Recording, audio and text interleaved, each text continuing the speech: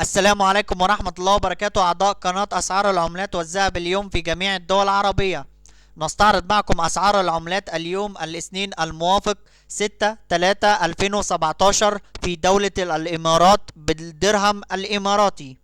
حيث جاء دولار أمريكي 3.67 درهم إماراتي، يورو 3.89 درهم إماراتي، جنيه استرليني 4.51 درهم إماراتي، دولار كندي 2.74 درهم إماراتي، دولار استرليني 2.78 درهم إماراتي، ين ياباني 3 درهم إماراتي،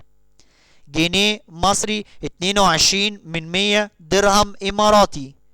دينار كويتي 12.2 درهم إماراتي،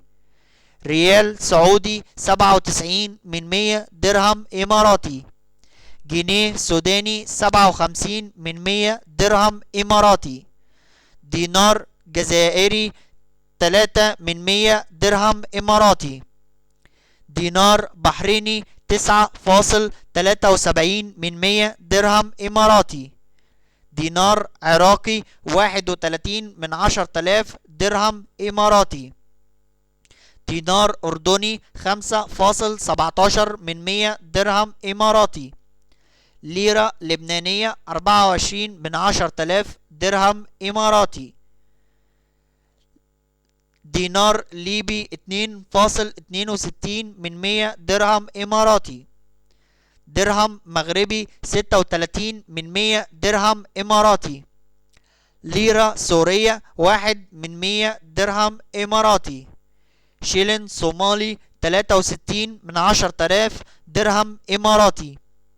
ريال عماني 9.53 درهم إماراتي،